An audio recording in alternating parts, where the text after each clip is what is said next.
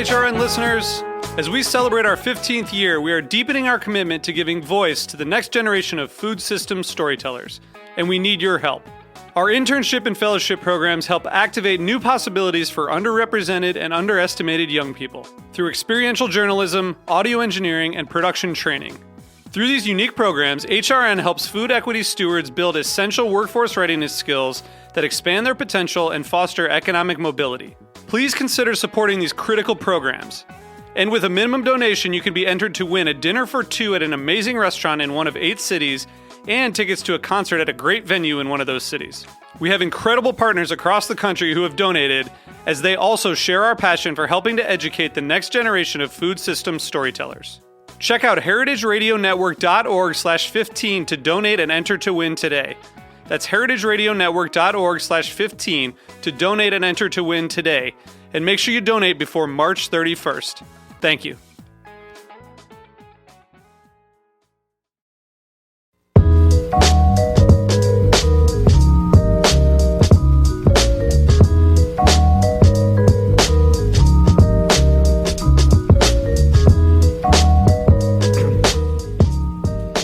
Okay, it's Thursday at 1 o'clock, and you are listening to the Heritage Radio Network's Farm Report.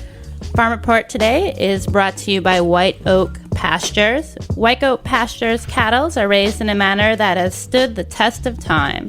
It begins with southern sunshine, unpolluted country air, and fertile coastal soil.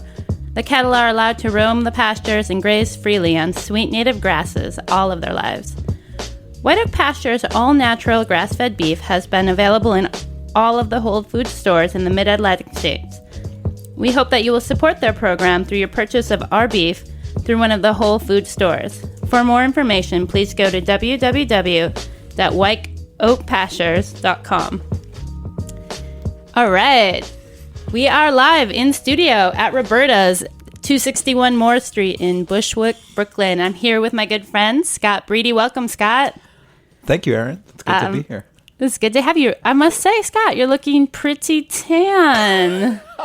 Just got back from Florida last week, actually. Awesome. It's fun.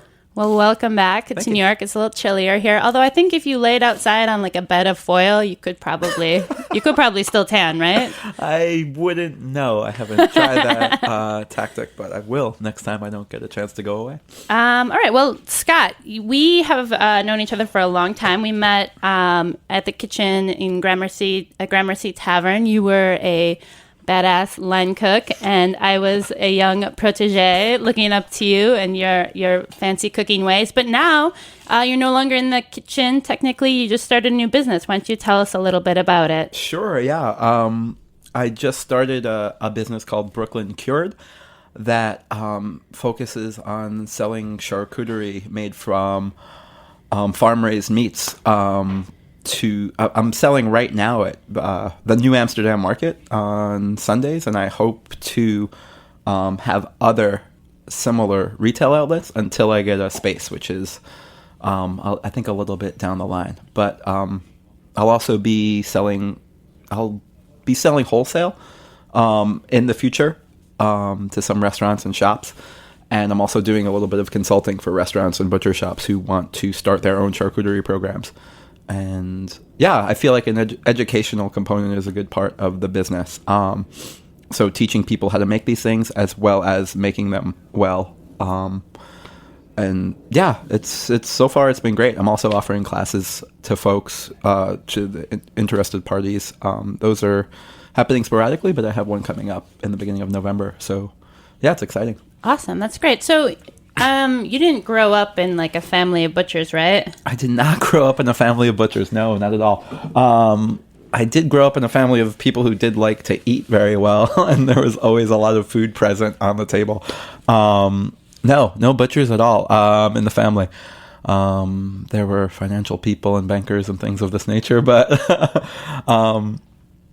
just growing up in a big Italian family in Bensonhurst. Brooklyn. That's what's up.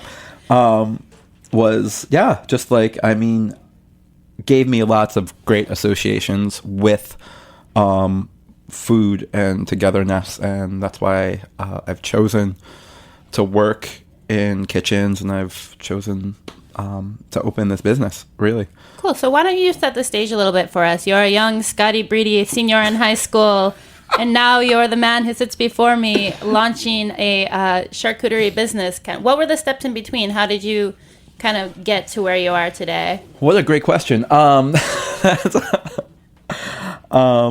I laugh because it's like there were no direct steps taken. It's always the case with young entrepreneurial people out doing cool things. You know, you look back on it and you're like, Right. There wasn't a plan, but here I am. Definitely not a plan. I think some of my Facebook friends who knew me in high school and in grade school would be shocked to know that I now make sausages and charcuterie for a living. That you're not selling it like the San Gennaro Festival. Exactly. Like, Scotty, we know Italian sausages, right? Without a doubt. Gosh, in high school, I don't think I knew what I wanted to do at all, but I studied English literature in Binghamton, New York. Was graduated from there and started a career in editing and publishing. Did that for a few years and decided that it really wasn't setting my life on fire. So I decided to try cooking professionally, and I did not go to culinary school. I started out when I was 26. So I literally walked into restaurants that I knew and enjoyed and asked them if they needed help in the kitchen. It's like, yeah, that's what I did too. I was like, I'll peel carrots in the corner, whatever you want. Please, chef, please. Pretty much, yeah. I mean, and somehow that tactic actually worked out a little bit. The folks over at Enoteca on the Lower East Side gave me a shot. It was like maybe 3 months after they opened, and they were like, yeah, just, I don't know, come to play on Monday. And I was there like 2 days a week while I was in publishing, and already had exposure to really good Italian food, like Italian American staples, and lots of pork stores in my neighborhood where I grew up. So there were always lots of cured meats around. There were always lots of great cheeses around and olives and things of this nature. And these things were staples of a holiday table, or like before dinner, like great antipasti always present at family gatherings. And also so I had this exposure coming in, but then at Enoteca, I think I learned a lot more about Italian salumi that I really hadn't been exposed to in depth before. Things like culatello, which is like the heart of the prosciutto, and like we use that to make sandwiches, and like just the sheer like sweetness and flavor profile of something like that really was like influential. And just cooking with these things all the time and tasting them was really great. So I was at Enoteca for a couple of years and became a sous chef there and started developing specials like after many struggles. Then moved on to Gramercy Tavern, and where we met, where we did meet. Yes, Miss Fairbanks. And that was quite a life-changing experience, and it took so many twists and turns over the 3.5 years that I was there. And it was wild.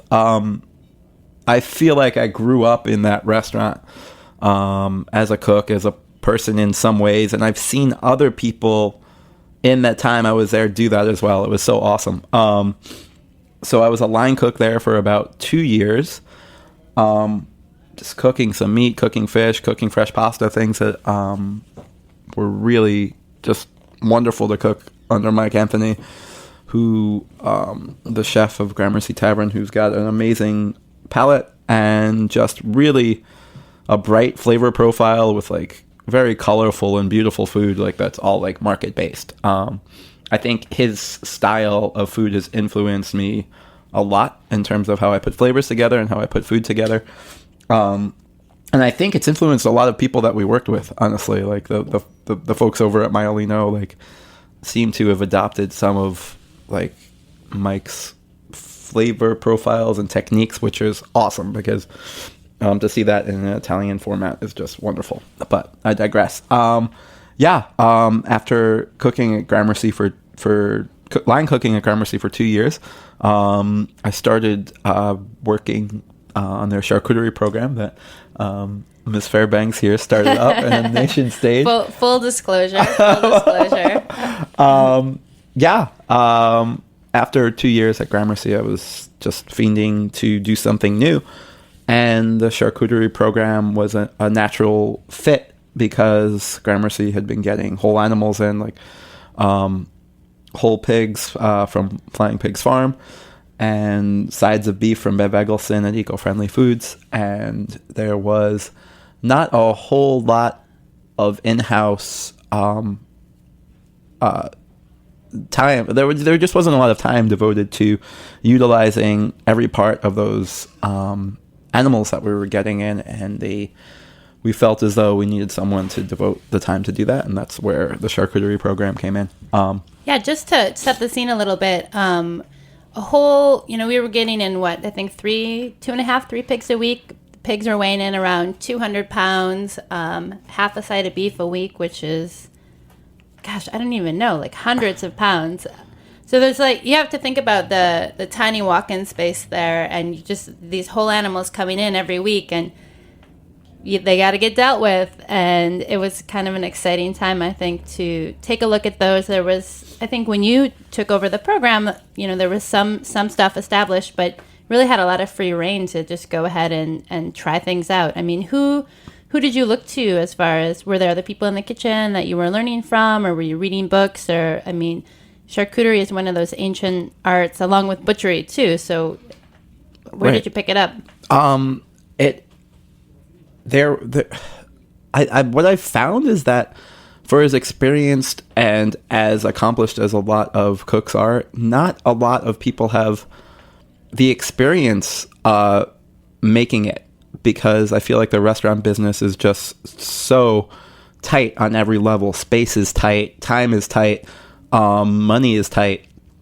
It's an undertaking that I think for a lot of restaurants, they just sort of ignore, or have been ignoring, because it just takes time and space and money that are not always present.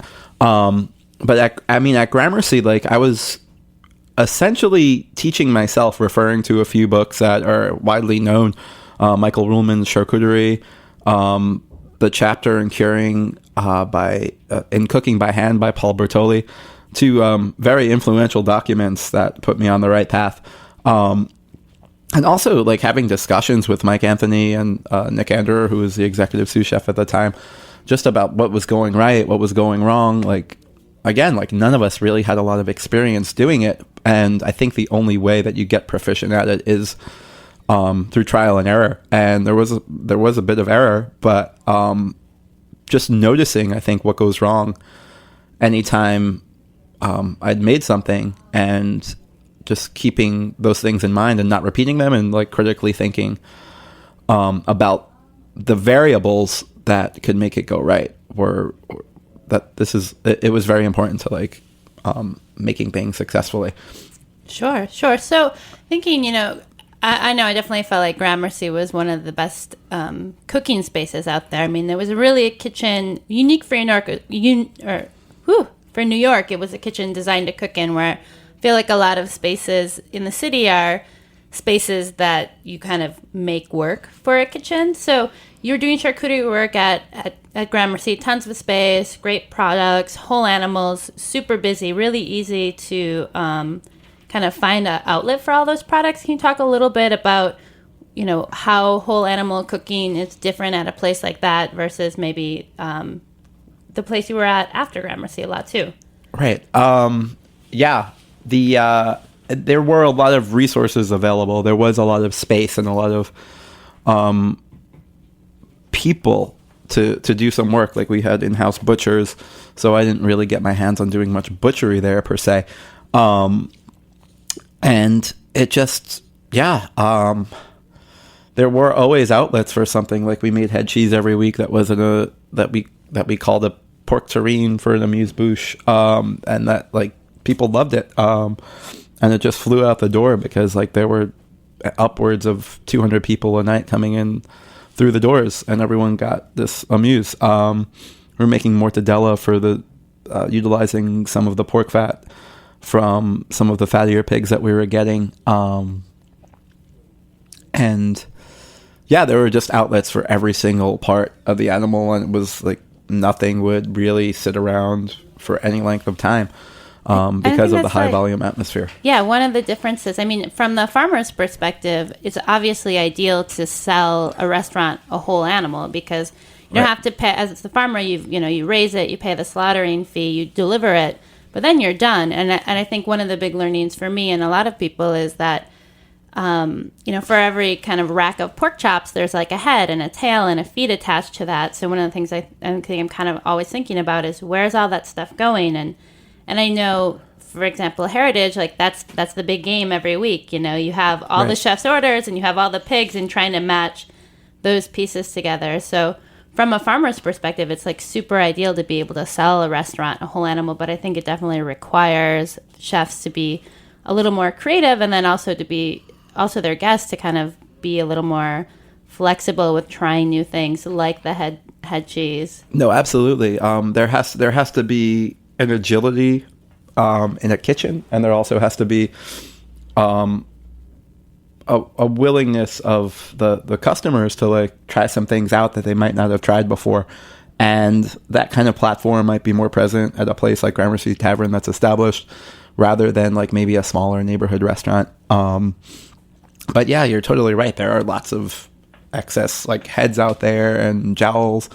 And I think just in the last couple of years, like there's been more of a movement to try to utilize those things. So I think more restaurants are getting into that. And so we're going to talk a little bit more about doing it in a small format, and talk here then a little bit more what's happening at Brooklyn Cured. You're on the Farm Report, the Heritage Radio Network, with Scotty Bridi. We'll be right back.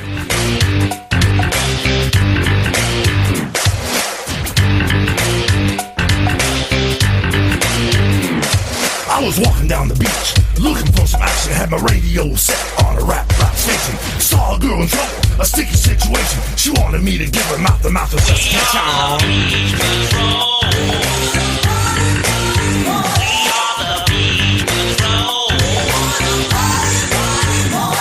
We were cruising down the beach, checking out the action, had my radio rocking to a heavy metal station. Putting on some shades, trying to catch some rays, when I caught the lifeguard messing with my face.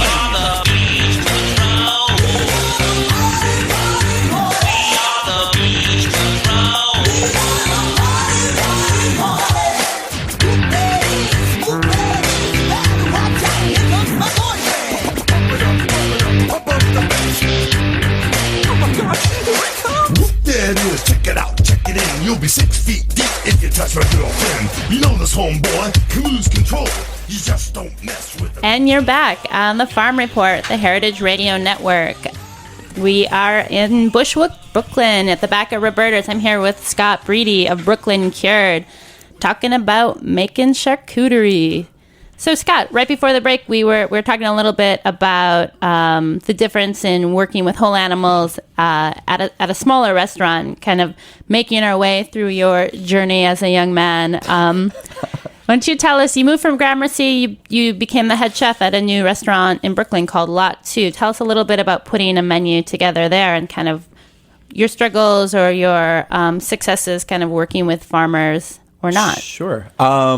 Yeah, going into that project, opening that restaurant last summer, we had every intention of sourcing our meat from farmers, and I had all these relationships with farmers from Gramercy, and we thought it would be like a slam dunk. But there were some difficulties at the time last summer. It was in the beginning of the summer that we opened, and I was talking to Bev Eggleston about using his pork over at Lot 2, like some pork shoulder for a fennel sausage, and getting some pig heads for a head cheese for the menu. And I remember us having a 2-hour long phone conversation in the restaurant before we opened. And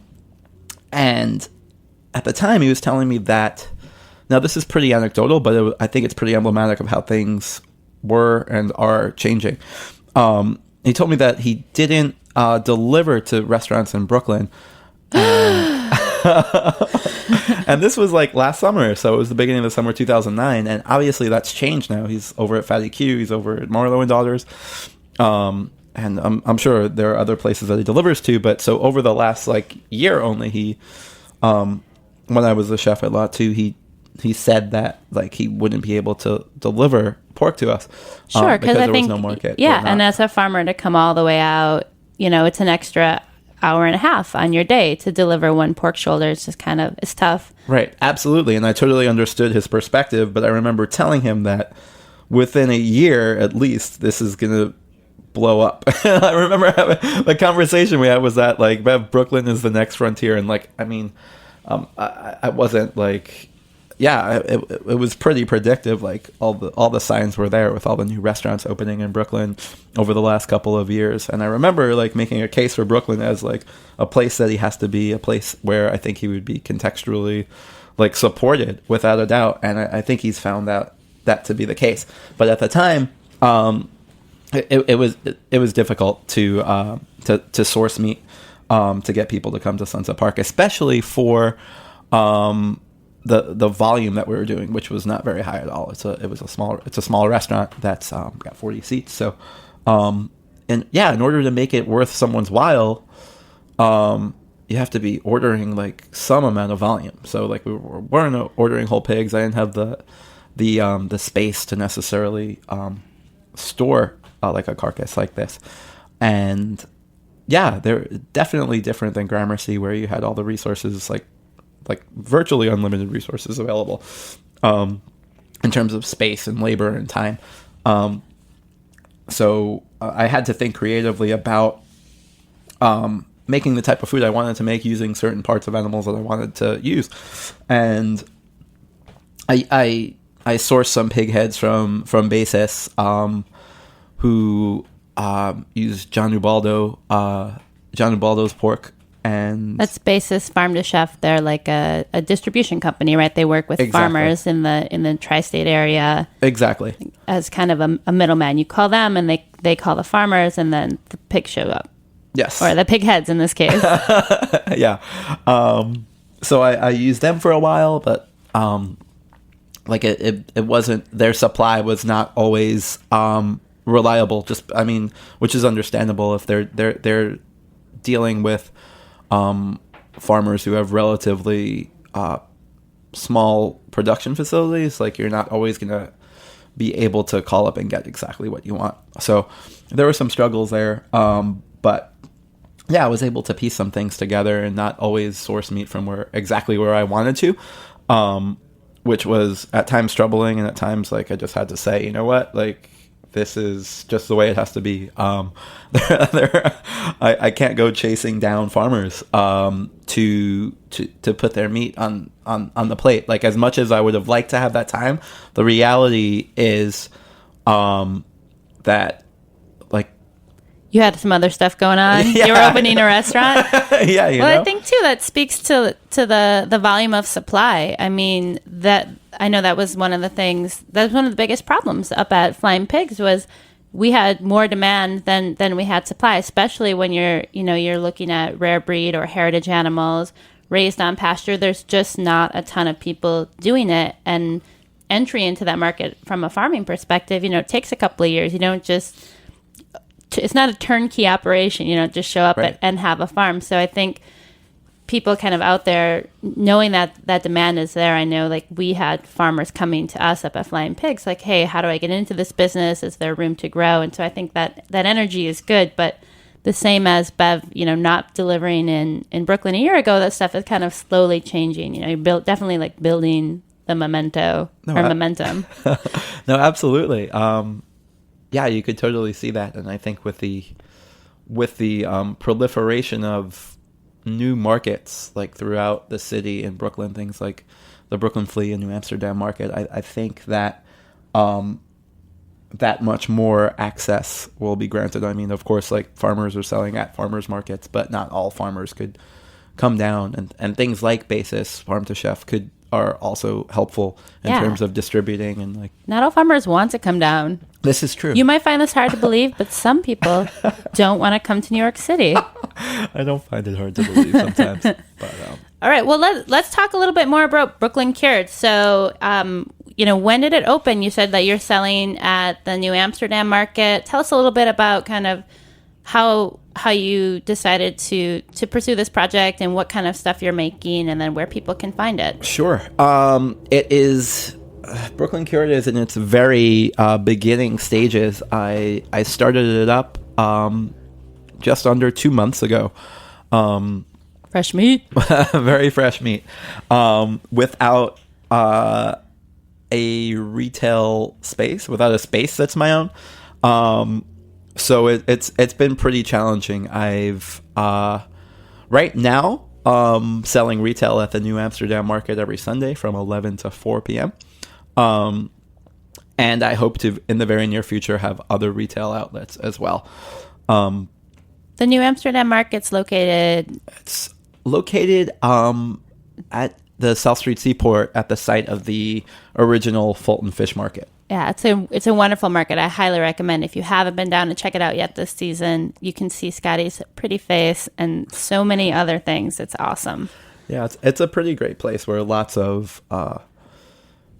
It seems like a place where lots of small businesses, with great products, are displaying their wares, like the Mass Brothers chocolate, Little Bit Sweets, the People's Pops. Like some really, really great local businesses are just selling there. Some really great farmers as well. So there's produce, there's meat, Moose Fun Farm out in New Jersey. Like they're raising exclusively Mangalitsa pigs, and this is their first retail outlet as well. And I've been using some of their pork for a couple of my products. So talking about gaining access into a market, these guys are, I think, just started within the last year, and they have some really great pork. And like the market is just bringing the vendors together. It's like we happen to share like neighboring stands, and I was like, "What's up, guys? Like, you have any pork for me to use in this barbecue pork sausage that I'm gonna make?"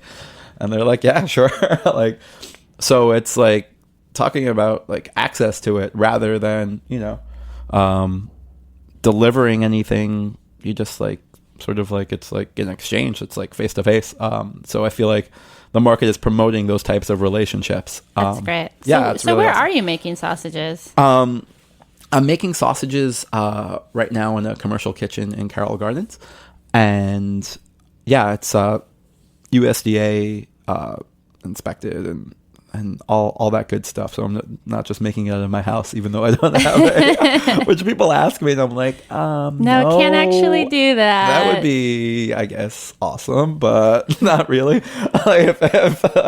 So what's on the menu? What are you making? I have a few fresh sausages that I'm making. A chicken sausage with roasted garlic and white wine, a lamb sausage with black olives and red wine, and lemon zest, which is very tangy and delicious. A barbecue pork sausage, which I mentioned, which is a coarsely ground pork sausage that has the flavors of a barbecue rub that I've used in the past, like some pimentone and celery seed and Tabasco. Yum. Yeah. Also making a country pate with some orange zest and port wine that's been very popular at the market. Duck rillette with sweet vermouth and a smoked pork rillette. And also some breakfast links as well. That's my product line for now, but in the very near future, I hope to get a smoker and make some hot dogs and bacon and really delicious smoky meaty treats. Yeah. Yeah. Without a doubt. So where are you sourcing your meat from now, or where do you want to be sourcing it from, or kind of what's the vision for the future of Brooklyn Cured meat supply? Yeah, I don't know how deep the vision goes, only because of the access that we're talking about. Like the folks at Hudson Valley Duck Farm are also at the New Amsterdam market, so I've been talking to them about sourcing duck from them, and that's very close to happening. I think I actually might start using their duck starting this week, which is really great. And I've been using pork from Moose Fun Farm, and in terms of chickens, I've been using Bobo chickens. So I'm like, I feel like in a good place, like, but I'm always open to like new relationships with farmers and trying to really work that out. Like, I'm really trying to source all my meat from local farms, and being so small, it's going to be a challenge, but I feel like the New Amsterdam market has really given me a platform to do that more quickly than I could have hoped. That's awesome. Yeah. That's awesome. Sounds like the place to be. So far, so good. Awesome. So, Scotty, tell us a little bit. You mentioned some classes and some other stuff that you have going on through Brooklyn Cured. If people want to learn more about making sausages, how do they get in touch with you? How do they find out more about your stuff? Sure. I have a website. It's www.brooklyncured.com, and you can check me out there. I have information about classes that I offer to the public. I will be teaching a class on making pâté and rillettes on Wednesday, November 3rd at 8 p.m. at Pinkerton Wine Bar in Williamsburg. It's on Havemeyer and North 6th. And to register for the class, you can email me. My email address is scott@brooklyncure.com, and all of that information is on the website. Awesome. Well, Scott, it was so great to have you on the show today, learn a little bit about your product, rehash old times in the kitchen. I'm a little sad. I forgot to mention at the beginning of the show, my co-host Heather is road tripping this weekend. So Heather, if you're listening, what's up? I hope you're having a good time, girl. Want to send a big thank you to White Oak Pastures for sponsoring our show today. Tune in next Thursday on the Heritage Farm Report. We'll have Taylor and Dorothy of Good Food Jobs. If you want to find out more about working in this wonderful food industry we've been exploring, they are the girls to talk to. Next week, 1 o'clock, Thursday.